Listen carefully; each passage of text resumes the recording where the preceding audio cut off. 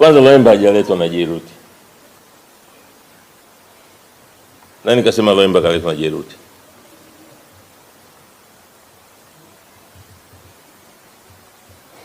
Loemba amekuwa scouted na kamati ya usajili ya Simba kwa kushirikiana na kocha.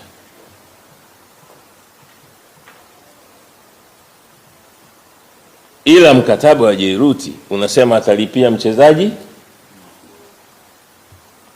Kwa hiyo ungemlipia Aura, angekuwa Aura ni mchezaji wa Jairuti. Na Loemba ndio alikuwa mchezaji wa mwisho kusajiliwa. Kwa hiyo tukamwambia Jairuti, wewe si mkataba unasema ulipie mchezaji mmoja. Sisi ndio tulisema mlipie Loemba, sio mchezaji wa Jairuti. Kwani Mohamed anavyolipia wachezaji ni wachezaji wa Mohamed? Si usajili wote analipaga hela za Mohamed. Kwa hiyo wachezaji wote ni wachezaji wa Mohamed.